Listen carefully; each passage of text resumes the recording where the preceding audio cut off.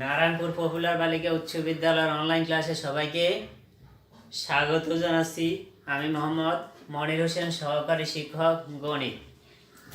আমরা গত কয়েক ক্লাসে অষ্টম, নবম, দশম শ্রেণীর সমাধানের সবগুলা পদ্ধতি নিয়ে আলোচনা করেছিলাম। আজকে আমরা নতুন একটা চ্যাপ্টার নিয়ে আলোচনা করব, সেটের ধারণা। এইটা অষ্টম শ্রেণীর জন্য সম্পূর্ণ নতুন, আর নবম দশম যারা আছে তারা অষ্টম শ্রেণীতে করেছ, তোমরা ক্লাসগুলো ফলো করবে, করলে তোমাদের কোনো সমস্যা থাকলে আশা করি সমাধান হয়ে যাবে। আর কথা না বাড়িয়ে আমরা মূল আলোচনায় চলে আসি। সেটের ধারণা। সেট বলতে আমরা কি বুঝি? আমরা স্বাভাবিকভাবে বিভিন্ন কথাবার্তায় আমরা বাস্তবে কিছু সেট ইউজ করে থাকি, যেমন বইয়ের set, sofa set, dinner set, এইরকম। তাহলে আমরা বলতে পারি সেটের সংজ্ঞা হবে,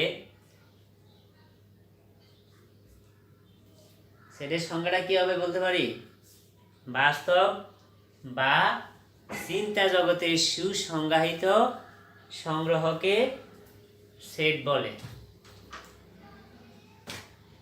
সেট প্রকাশের পদ্ধতি মূলত দুইটা। একটা হলো সেট গঠন পদ্ধতি, আর একটা তালিকা পদ্ধতি। সেট গঠন আর তালিকা। সেট গঠন বলতে আমরা বুঝি, যদি আমরা এক সেট বই বলি ওইটা হবে সেট গঠন, কারণ এটা সামষ্টিকভাবে বোঝাইছে।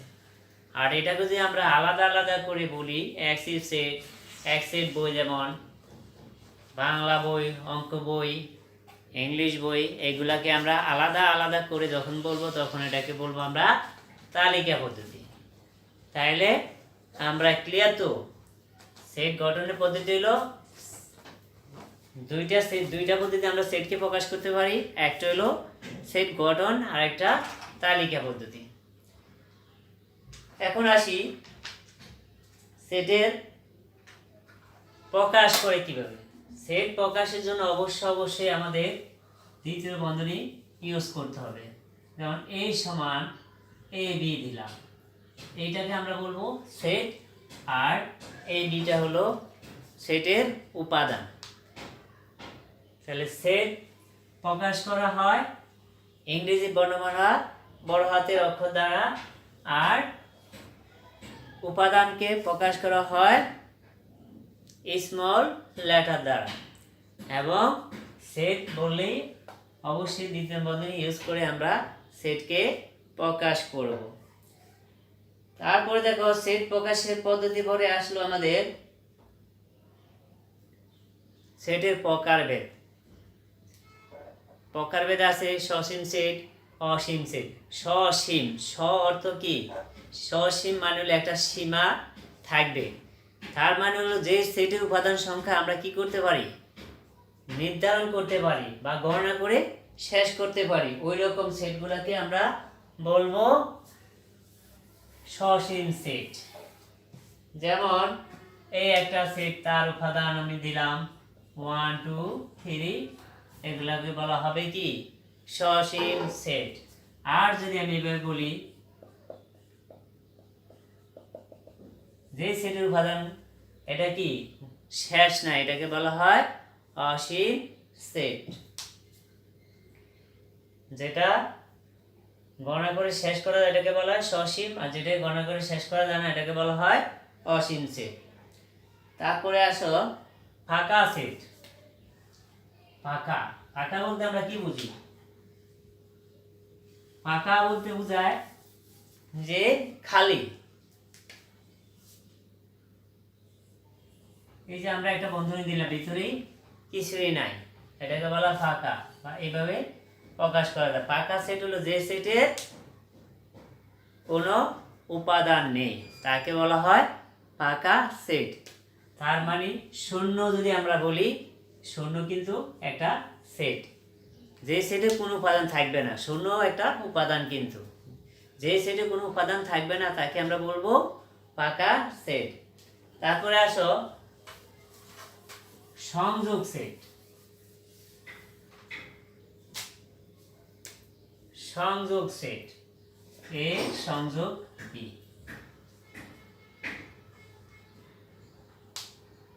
দুই বা ততোধিক সেটের সকল উপাদান নিয়ে, দুই বা ততোধিক সেটের সকল উপাদান নিয়ে যে সেট গঠিত হয় তাকে বলা হয় সার্বিক সেট। যেমন মনে করো এর উপাদান এ বি সি, বি এর উপাদান 2 4 6, তাহলে সবগুলা সেট নিয়ে আমরা কি পাই? এ বি সি 2 4 6, এটাকে বলা হবে সংযোগ সেট। তারপরে সংযোগের পরে আছে স্যাডো সেট। স্যাডো সেট হবে এ ইন্টারসেকশন বি, এটাকে বলা হয় স্যাডো সেট। এখন দেখো এই দুইটার কয়েকটা নাম দিতে পারি। এটাকে আমরা ইউনিয়ন বলতে পারি, আবার বলতে পারি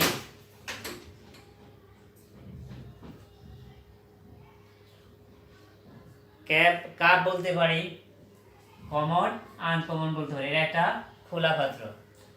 আর এটাকে আমরা বলবো ইন্টারসেকশন, এটাকে আমরা আবার বলতে পারি ক্যাপ।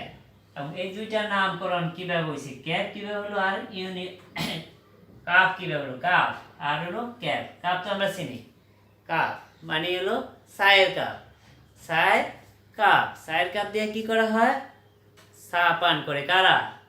কমন কিছু লোকে না, ছেলে মেয়ে, হিন্দু বৌদ্ধ খ্রিস্টান সবাই, কমন আনকমন সব লোকে এই কাপের সাহায্যে চা পান করে থাকেন। এই জন্য এটাকে আমরা নাম দিয়েছি কাপ।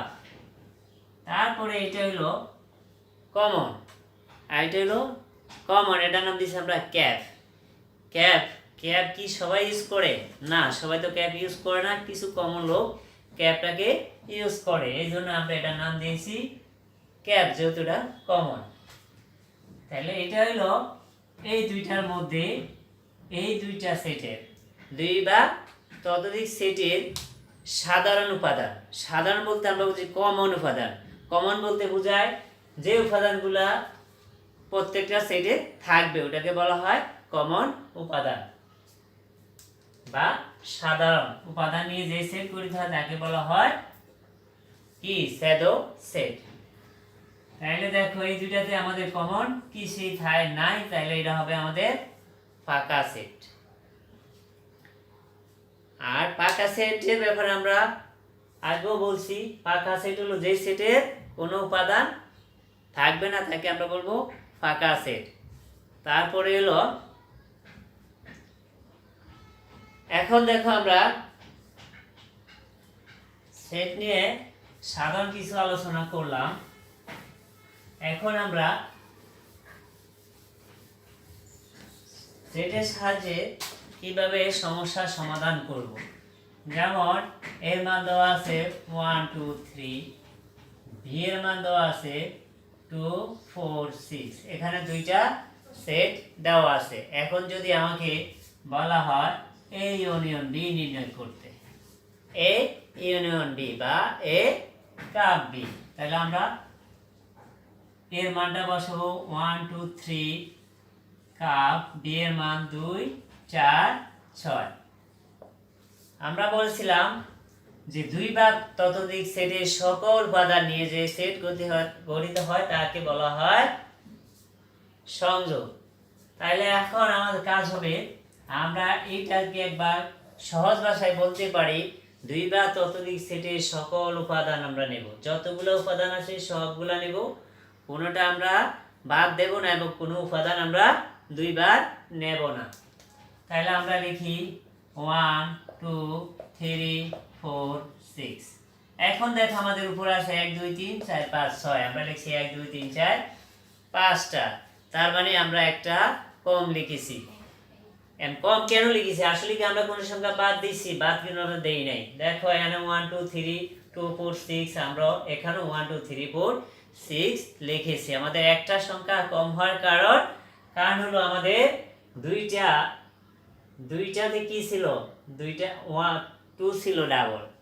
আমরা বলছিলাম যে আমরা কোনো সংখ্যা বাদ দেব না, আমরা কিন্তু বাদ দেই নাই। আর একটা শর্ত ছিল কোনো সংখ্যা আমরা দুইবার লিখবো না। আমাদের 2 ছিল দুইবার, আমরা লিখছি একবার, এই জন্য আমাদের একটা সংখ্যা কম হয়েছে। ওকে, তারপরে আসি দেখো এ ইন্টারসেকশন বি বা